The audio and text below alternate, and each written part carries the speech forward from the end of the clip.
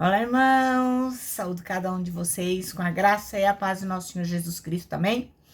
O meu nome é Miriam Anitta, estamos aqui para estudar um texto da irmã Cleilma Ricker, que se chama Resposta de Oração.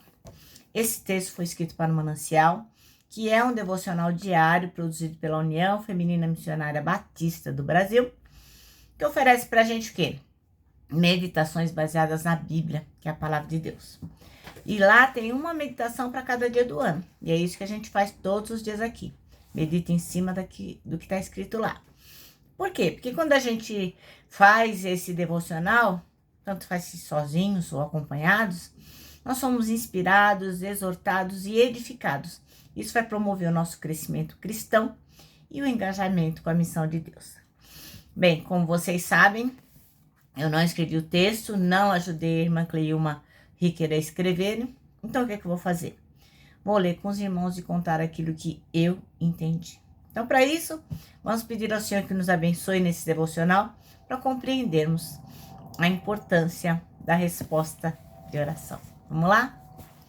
Ó Jesus, muito obrigada pela oportunidade de estarmos juntos.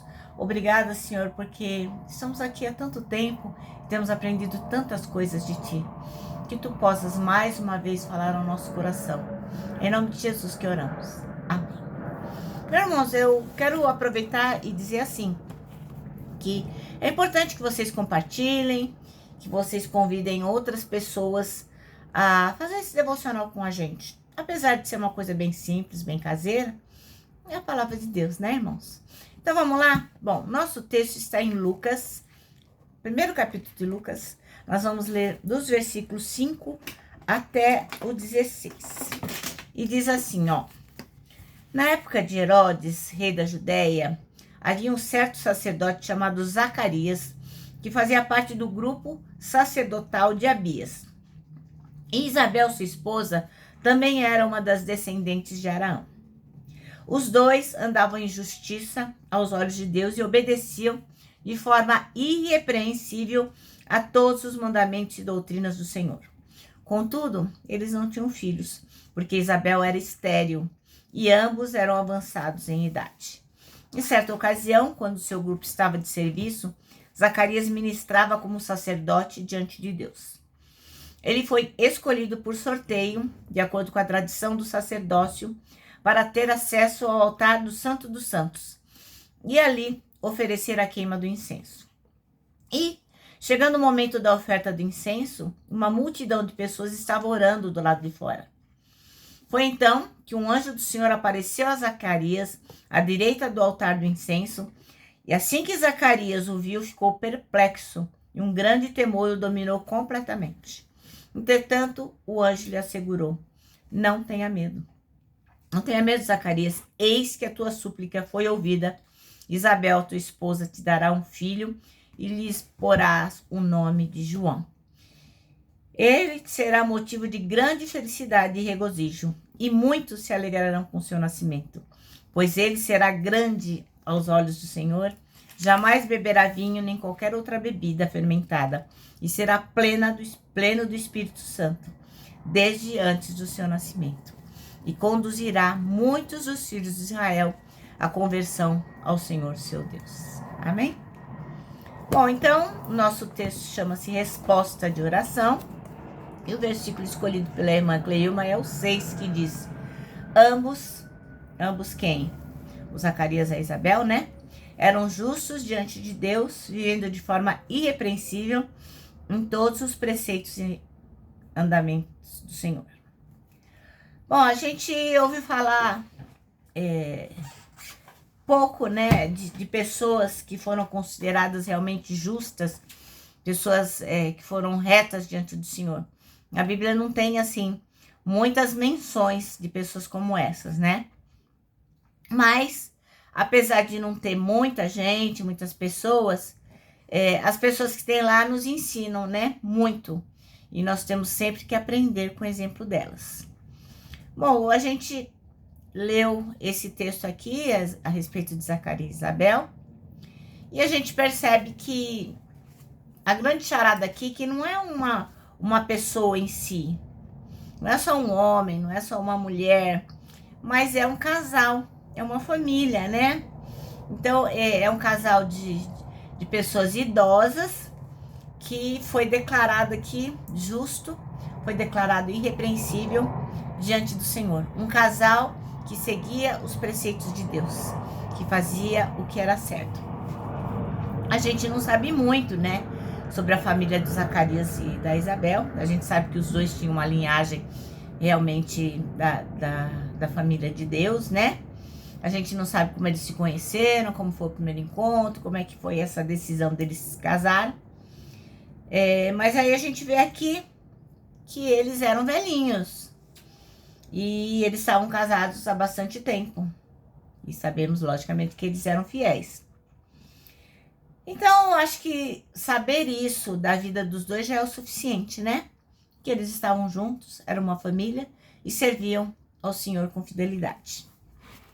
Ora, eles tiveram uma experiência incrível, né?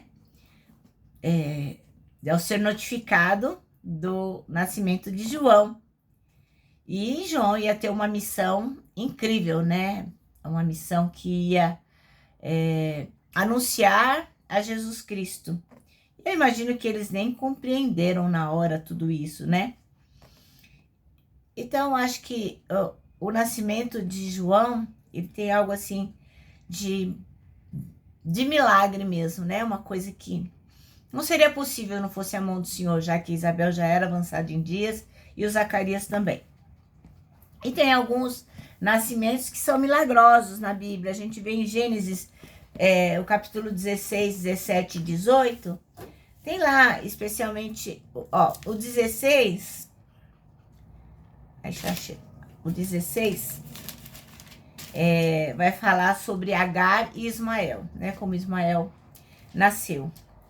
O 17 vai falar sobre como Deus abençoa a vida de Abraão e como ele promete, né, que ele será pai de nações.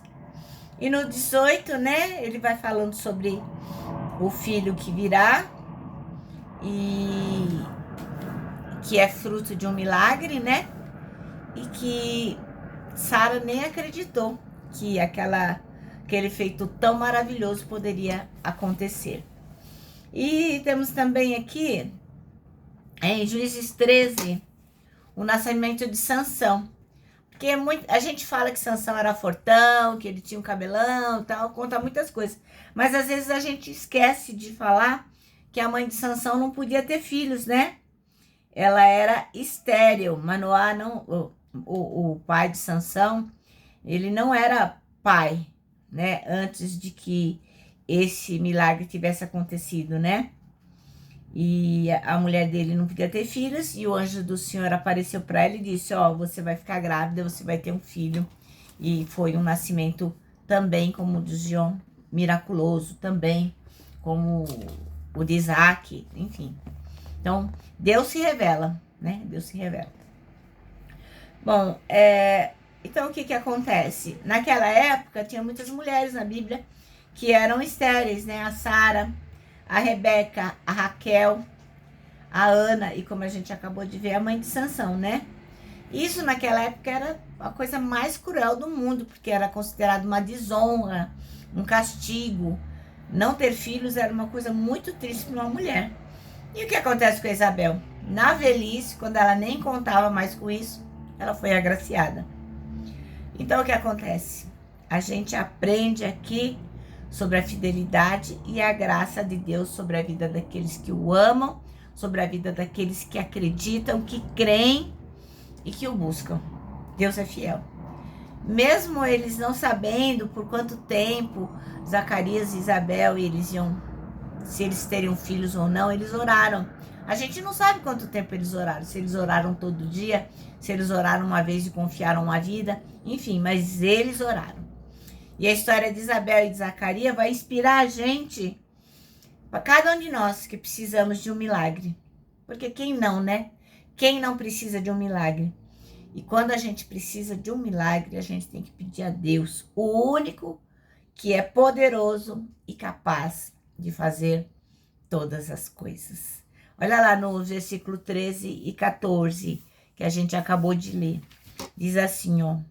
E ele será motivo de grande felicidade e regozijo, e muitos se alegrarão no seu nascimento, pois ele será grande aos olhos do Senhor, jamais beberá vinho, nem qualquer outra bebida fermentada, e será pleno do Espírito Santo desde antes do seu nascimento. Então, se a gente precisa de um milagre, se a gente precisa que Deus possa nos ajudar, e isso sempre acontece, que nós possamos orar e confiar. Coloca tudo nas mãos dele e descansa. A gente não sabe o dia, né? Pode ser como Zacarias e Isabel, quando a gente for idosa. Pode ser que Deus tenha um outro plano, mas o nosso dever é orar e aguardar a resposta da oração. Amém? Bom, o nosso manancial termina assim, ó. Quando buscamos viver de maneira justa e irrepreensível diante de Deus, confiando a Ele a nossa vida, alcançamos graça diante dele e dos homens. Bom, agora vamos terminar, deixando aqui meu abraço diário de urso, ó. Lembrando que, para nós que cremos, né, que Deus sempre responde as nossas orações, o abraço dá super mega certo. Quero que vocês também se lembrem do nosso versículo deste ano, que é 1 Tessalonicenses 5:9, que diz: porque Deus não nos destinou para a ira, mas para recebermos a salvação por meio de nosso Senhor Jesus Cristo. E agora sim, agora eu me despeço com a frase do ano, que é: não tema, Deus já está lá.